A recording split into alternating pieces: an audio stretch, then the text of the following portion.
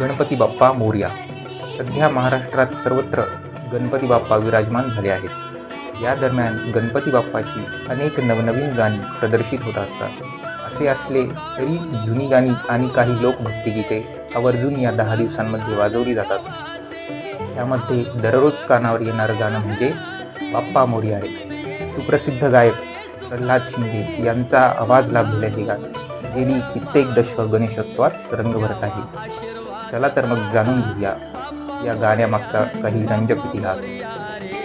मित्रांनो, आपण हे गाणं जर लक्षपूर्वक ऐकलं असेल, काही ओळी आपल्या कानावर पडतात, जसे की नाव काढू नको तांदळाचे, केले मोदक लाल गव्हाचे, बाप्पा मोरया रे. या अजरामर गाण्यांमधील या ओळींमागची खरी कहाणी काय आहे? चला तर मग बाप्पा मोरया रे या अजरामर गाण्याची खूपच कमी लोकांना माहिती असलेली रंजक कहाणी जाणून घेऊया.